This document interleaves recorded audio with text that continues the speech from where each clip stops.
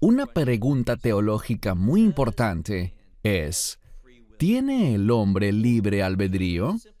¿O solo creemos que tomamos decisiones, pero en realidad Hashem está en control total de cada pensamiento y de cada cosa que hacemos? Esta noche estudiaremos el libro de Génesis, capítulo 3, y vamos a ver que, sin lugar a dudas, Dios le dio libre albedrío a la humanidad para que nosotros pudiéramos elegir.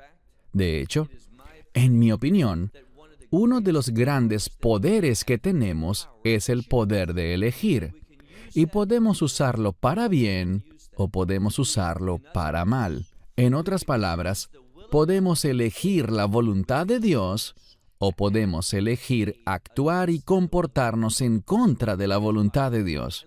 Toma tu Biblia y busca conmigo el capítulo 3. En cuanto al capítulo 3, aún nos encontramos en el jardín del Edén, y sabemos que Hashem construyó ese jardín. Dios lo creó de una manera perfecta. Y en este estudio del capítulo 3, veremos que hay dos entidades allí. Una es una entidad viviente y la otra es un árbol que está vivo, pero es diferente a esa primera entidad de la que hablaremos. Y a través de esas dos entidades se nos mostrará claramente que Dios le da al hombre libre albedrío, es decir, el poder de tomar decisiones reales. ¿Y por qué esto es necesario? Porque para que la adoración sea genuina, tiene que haber rendición. No una rendición forzada, sino una rendición voluntaria. Y si no tenemos libre albedrío, no podemos adorar a Dios. Noten lo que dice en el capítulo 3 del libro de Génesis. Leemos. Y la serpiente, la palabra es Nahash, y lo importante aquí es que, si bien se trata de la palabra serpiente, al mirar en otros pasajes de la Biblia, donde se habla de esa serpiente, está muy claro que no se trata de una serpiente normal, sino de algo diferente. Pero aprendemos algo de él a partir de la apariencia de una serpiente. Leamos de nuevo el verso 1. Y la serpiente era astuta. Esa es una palabra importante en la Biblia hebrea, porque si leemos lo último que se dijo en el capítulo anterior, el capítulo 2, vemos lo siguiente, que los dos estaban desnudos. Estamos hablando del primer hombre y la primera mujer, Adán ve Java, Adán y Eva. Dice, los dos estaban desnudos, el hombre y su esposa, y no estaban avergonzados. En hebreo vemos que la palabra desnudo se deletrea exactamente igual que la palabra astuto. En su forma singular, tiene una puntuación para vocales distinta, pero es la misma shoresh, es decir, la misma raíz. Y debemos preguntarnos por qué. Esto es lo que debemos entender. Hasta el inicio del capítulo 3, habíamos visto que Adán ve Java, el primer hombre y la primera mujer, estaban en una posición en la que nunca experimentarían vergüenza, y hasta ese momento jamás la habían experimentado. Ellos fueron puestos en una posición en la que la vergüenza, la condenación y el castigo, ninguna de esas cosas formaba parte de la voluntad de Dios. Ahora bien, ¿Él permitió que existieran? Sí. ¿Por qué? No era su deseo, no era su voluntad, pero para que el hombre pudiera elegir, debía estar ese riesgo. En el idioma hebreo, esto es muy específico. El hombre y la mujer estaban desnudos, pero no estaban avergonzados. No había consecuencias, no sentían esa condición de desnudez. Pero noten lo que pasa. Vemos que la serpiente se describe con esa misma palabra, pero aquí significa astuta. y era el más astuto de todos los animales del campo que el Señor Dios había hecho. Dios creó a esta criatura, Nahash, la serpiente, y le dio la capacidad de entender el mal, de entender lo que estaba fuera de su voluntad. ¿Por qué? Bien, el hombre va a tener esa misma oportunidad. Satanás ya había tomado el mal camino. Ya él había elegido hacer lo que estaba en contra de la voluntad de Dios. Y eso le trajo a él consecuencias eternas. Y para el hombre, es posible que también haya consecuencias eternas. ¿Por qué lo digo? Sigamos leyendo. Y la serpiente era más astuta que todos los animales del campo que el Señor Dios había hecho. Y le dijo a la mujer, es bastante significativo que el Nahash, la serpiente, le hablara primero ¿a quién? A la mujer. Bien, hasta este momento, más que todo en el capítulo anterior, vimos que el hombre tenía el liderazgo. El hombre fue creado primero y después la mujer. Recordemos que ella fue tomada del hombre, es decir, de su costilla, y Dios la formó de allí. Pero aquí vemos que se menciona primero a la mujer, y ella tomará el liderazgo de esa familia. Y Satanás es el que motiva, el que causa esta situación. Dice aquí, y le habló a la mujer. Y vean lo que dice, afki. En hebreo moderno esto significa sin embargo. Pero aquí es una frase que tiene que ver con hacer una pregunta. Se plantea una duda. Aquí Satanás intenta sembrarle una duda a Java. Y esa duda consistía en si la palabra de Dios era o no era la verdad. Él le dijo algo, y es muy importante. ¿De verdad Dios dijo que no comieran de ningún árbol del jardín? Vean lo que ella responde. Veamos el verso 2. Y la mujer le dijo a la serpiente, del fruto de los árboles del jardín podemos comer. Ella está haciendo una afirmación general, que después ella aclara en el siguiente verso, en el verso 3. Pero del fruto del árbol que está en medio del jardín, Dios dijo, no deben comer de él. Eso es verdad solo parcialmente, porque en medio del jardín había dos árboles. Es cierto que Dios les dijo que no comieran del árbol del conocimiento del bien y del mal, pero no estaba prohibido comer del árbol de la vida. Esto es lo que vemos. El árbol de la vida ha sido resaltado de manera única en el capítulo 2 y ahora en el capítulo 3. ¿Cómo ha sido resaltado? Por haber sido ignorado, por no ser mencionado. Pero es el árbol de la vida. Te haré una pregunta. Usemos únicamente el sentido común. Si deberías escoger entre la vida y el conocimiento del bien y del mal, ¿cuál elegirías?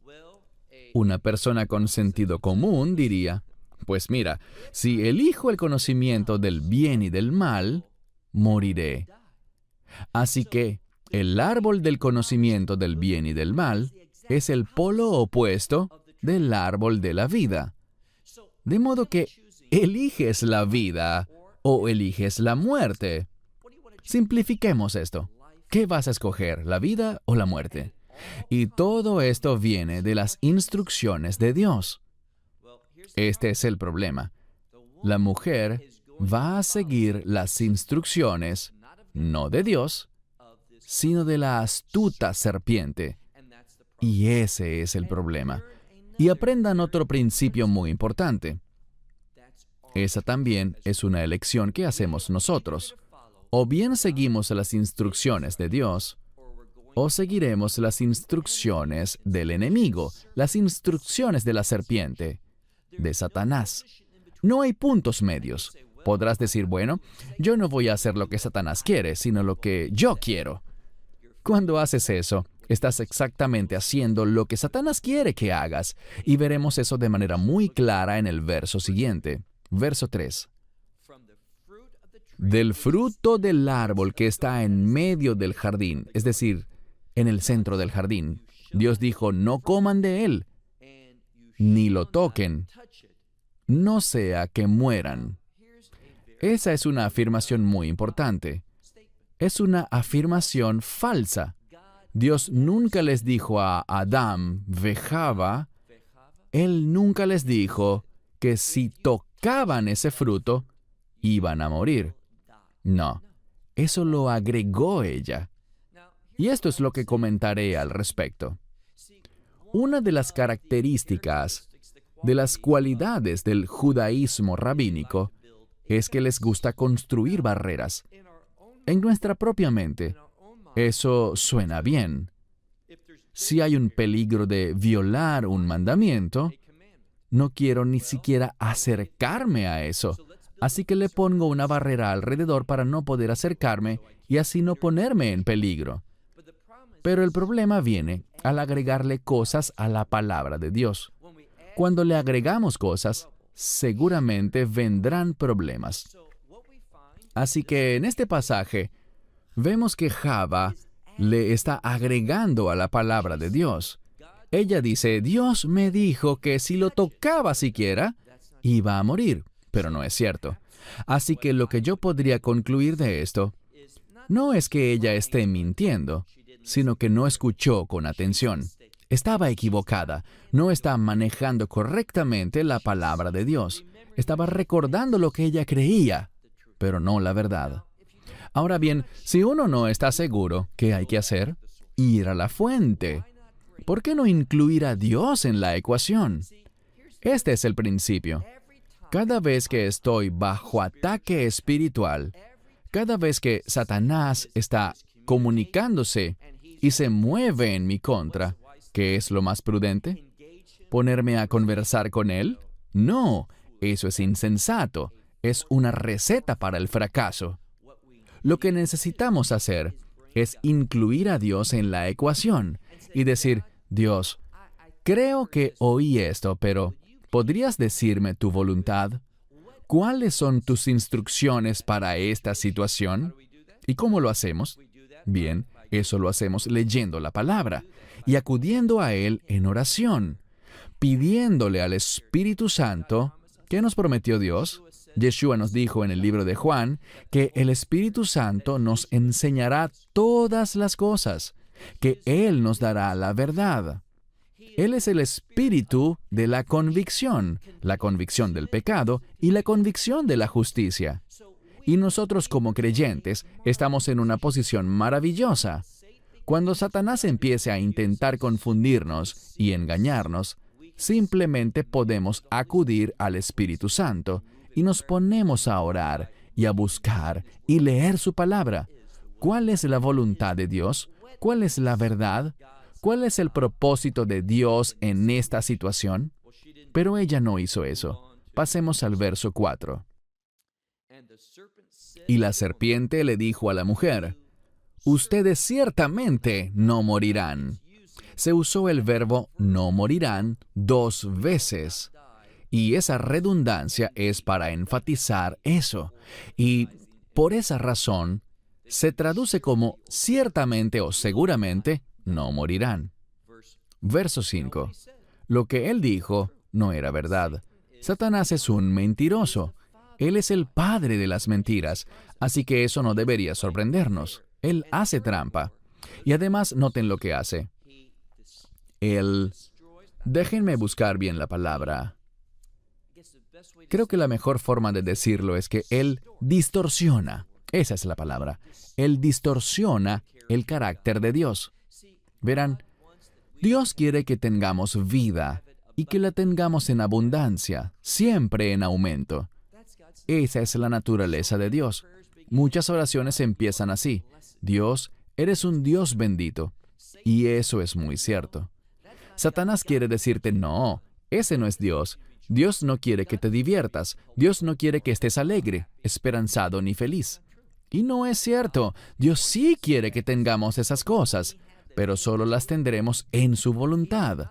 Él no nos hace felices haciendo nuestra voluntad, porque nuestra voluntad no es tan buena como su voluntad.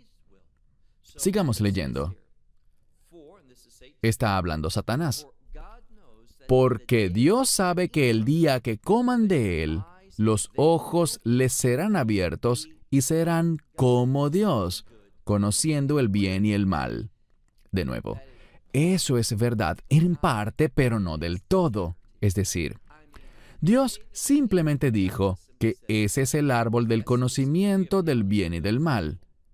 Y ustedes conocerán la bondad de Dios porque ya la ha provisto, pero también conocerán lo malo, eso que no está conforme a su voluntad. Eso es la muerte.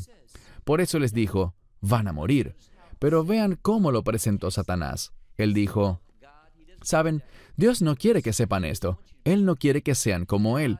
Dios está celoso, inseguro.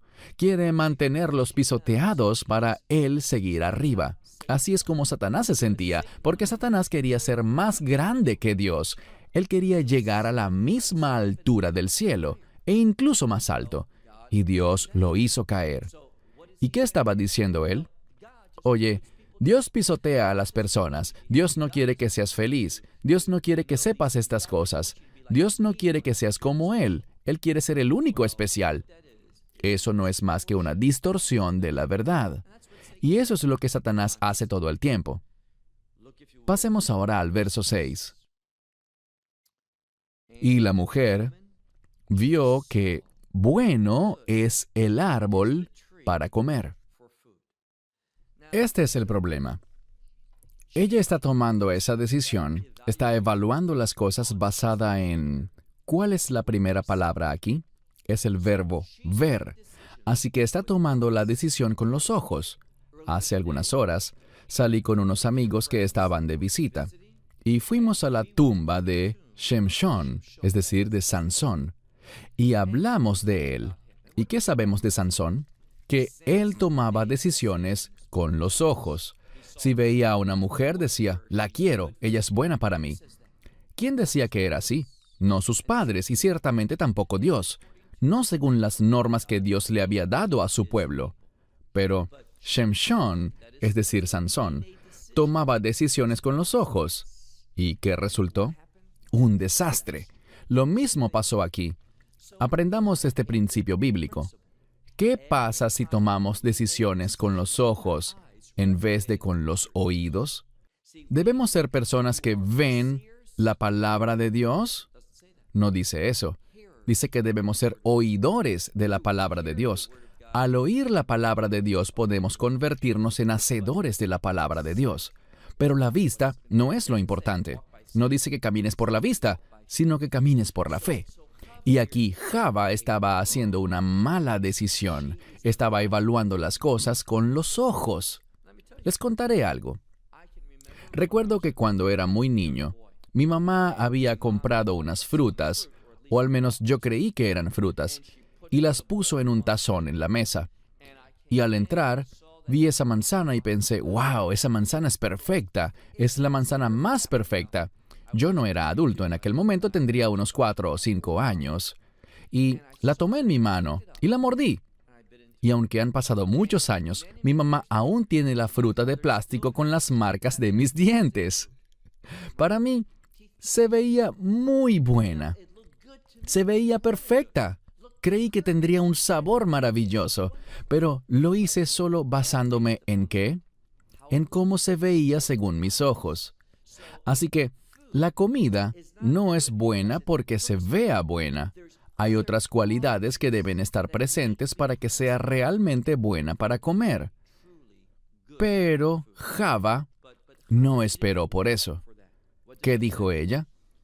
Veamos de nuevo el verso 6. Y la mujer vio que bueno era el árbol para comer, y por eso ella deseó, es decir, fue por el deseo de sus ojos. Es la palabra ta'avá. Ta'avá es lujuria. Vemos entonces una conexión con el deseo y la lujuria.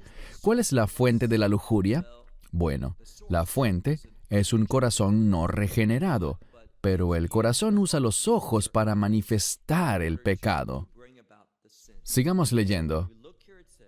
Fue el deseo de sus ojos y además dice que ella lo codició. Eso es lo que literalmente dice. Het mem dalet. Ella codició el árbol porque pensó que era bueno para hacerla sabia o próspera. Es una palabra que puede significar ambas cosas. Y creo que las dos cosas sirven para comprenderla adecuadamente. Así que era como dicen algunas Biblias, deseable. Ella lo codició, era algo que fue codiciado por ella. Era deseable para hacerla sabia, pensó ella. Y tomó de su fruto y comió. Y también le dio a su esposo. Y aquí está la clave. ¿Que estaba dónde? Estaba con ella. Aquí hay algo que debemos entender.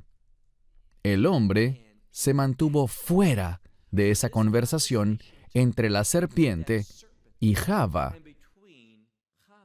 Adán era el hombre, su esposo, y debió haber intervenido.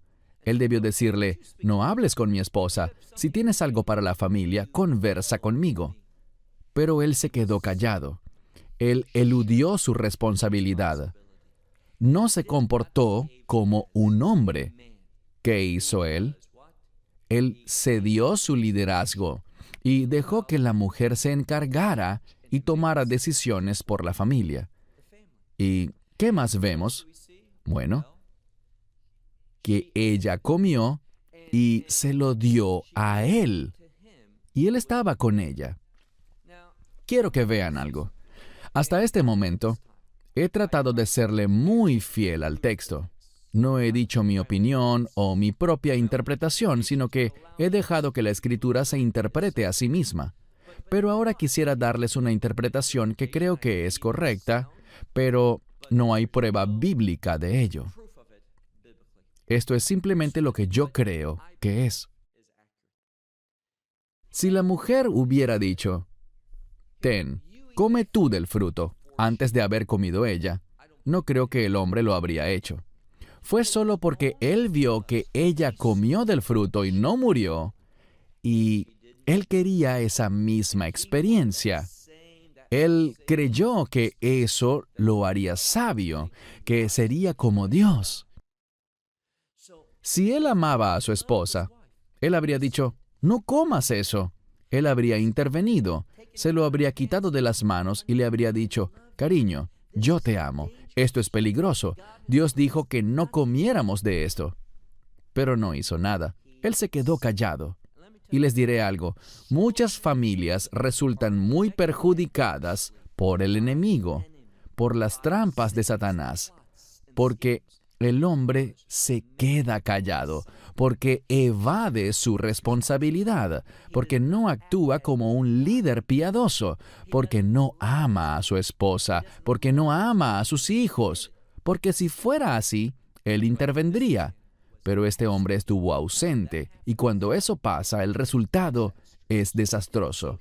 Resulta muy claro aquí. Veamos el final del verso 6. Dice Imá, que significa él estaba con ella. Dice aquí, ella se lo dio también al hombre, literalmente a su hombre, que estaba con ella, y él comió. Verso 7. Y los ojos de ambos fueron abiertos y se dieron cuenta de que estaban desnudos. La palabra desnudos está relacionada con la vergüenza. Ellos conocieron su vergüenza. Esto es lo que quiero que vean. Lo que Dios hace por nosotros es que Él elimina la vergüenza. Porque Él nos viste, mediante la redención, Él nos viste con la justicia de su Hijo. Hasta este momento, Ellos no estaban en ese estado aún, pero ellos no habían caído en el pecado. Ellos estaban, ¿qué? Desnudos, pero la consecuencia de esa desnudez, ellos la desconocían. Fue solo después de ese primer pecado que ellos se hicieron conscientes y susceptibles a la conciencia de la vergüenza. Verán, la vergüenza es algo que nos afecta mucho. Y hay una relación entre el pecado y la vergüenza. Hasta este momento no había conciencia de pecado en sus vidas. Estaban desnudos, pero ellos no estaban conscientes de eso. No había vergüenza. Pero después de ese pecado, vieron la conciencia del pecado en sus vidas. ¿Y qué hicieron? Bien, veamos con atención. Sigamos con el verso 7. Y los ojos de ambos fueron abiertos, y se dieron cuenta de que estaban desnudos, y cosieron hojas de higuera, y se hicieron unos... Esta palabra significa algo como cinturón o cubierta. Aquí hay algo significativo. Ellos confeccionaron algo para cubrir su vergüenza, y lo hicieron con hojas. ¿Con hojas de qué árbol? De la higuera. Esta es la primera vez que se menciona a un árbol por su nombre, a excepción del árbol de la vida y el árbol del conocimiento del bien y del mal. La higuera tiene un rol prominente en lo concerniente a tapar la vergüenza. Y espero que sepan a lo que me refiero, porque en la Escritura hay una relación entre la higuera e Israel. Se supone que Israel haga eso. Se supone que debe lidiar con las consecuencias del pecado. ¿Cómo? Enseñando la palabra de Dios, dando a conocer la redención, el mensaje del Mesías, el Evangelio. Aquí vemos que esa higuera cumplió con su propósito. Pero desafortunadamente, la higuera de Israel no hará un buen trabajo, sino hasta el final de esta era. Pero quiero que sepan esto. La mejor época de la higuera es en el reino milenial. Y es por eso que tantos maestros cristianos que no saben de la importancia de Israel niegan el reino milenial. No saben nada de eso, porque las escrituras que hablan del reino milenial también hablan de Israel. Es la mejor época de Israel, y ellos simplemente no ven eso en sus teologías. Pero hay una insinuación de eso en este pasaje. Sigamos leyendo. Y cosieron hojas de higuera, y se hicieron, creo que en muchas Biblias dice delantales, pero literalmente es la palabra cinturón, jagorá, en plural. Veamos ahora el verso 8. Y oyeron el sonido del Señor Dios caminando en el jardín, y en el viento o la brisa del día. ¿Y qué hicieron? Se escondieron. El hombre y su esposa se escondieron del Señor Dios en el medio del jardín, en el árbol, en medio del jardín. Esto es otra cosa que quiero que vean. Ellos estaban muy, pero muy cerca del árbol de la vida, pero no actuaron según la provisión de Dios. Y había un tiempo limitado. No pasen esto por alto. Es muy importante que vean lo que dice este pasaje. Dice que el hombre y la mujer, su esposa, se escondieron del Señor Dios en medio del árbol del jardín. Esta palabra para árbol no se refiere al árbol del conocimiento del bien y del mal, sino del otro árbol. Tenían poco tiempo para agarrar el fruto del árbol de la vida, pero no lo hicieron. No actuaron según la provisión de Dios. Y cuando no actúas según la provisión de Dios, ¿qué sucederá? serás expulsado del jardín de Dios. Y sabemos que hay una relación entre el jardín de Dios y el reino de Dios. Eso lo vemos en el libro de Ezequiel.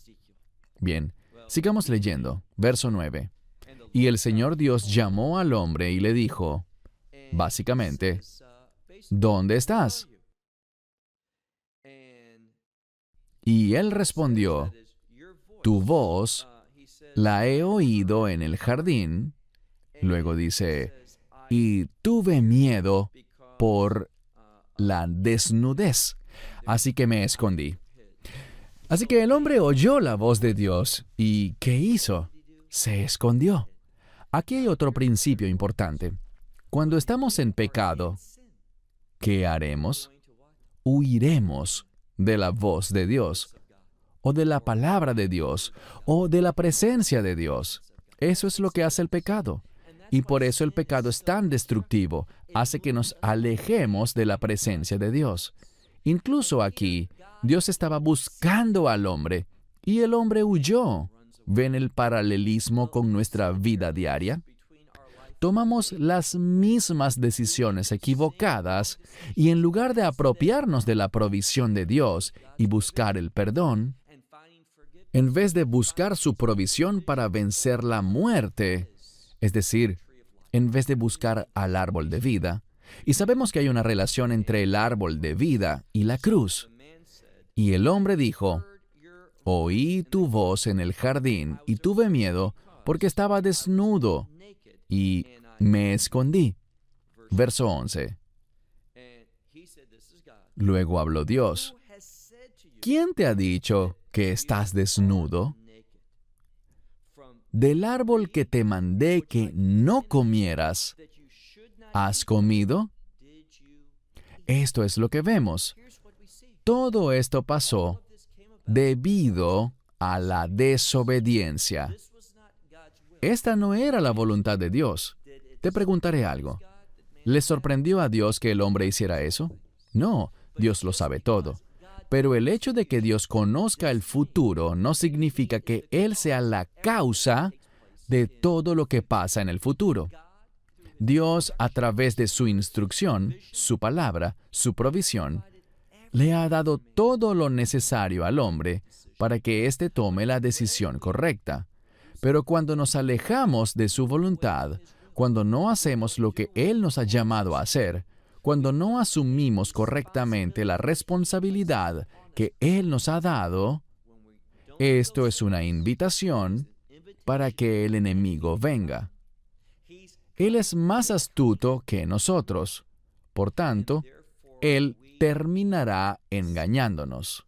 Cuando andamos intentando ser como Dios, en vez de intentar servirle a Dios, no intentar ser Dios, sino comportarnos como Dios nos ha mandado a hacer para reflejar su imagen, para reflejar su presencia en este mundo, para ser su voz, si esas no son nuestras metas, nuestros objetivos, si andamos pensando en cómo parecen ser las cosas de acuerdo con nuestros ojos, si nos comportamos así, seremos presa fácil para el enemigo y vamos a tomar malas decisiones que resultarán en desastre. Bien, cierro con esto. Seguiremos la próxima semana con otra parte del capítulo 3 para continuar con esta historia y aprender más sobre las consecuencias del pecado, cuán desastrosas son y por qué estamos tan necesitados de la provisión de Dios, de ese árbol de la vida, lo que Él finalmente proveyó para nosotros a fin de que se produjera una transformación de la muerte a la vida a través del mensaje de la cruz. Hasta la próxima semana. Que Dios les bendiga ricamente. May God richly bless you.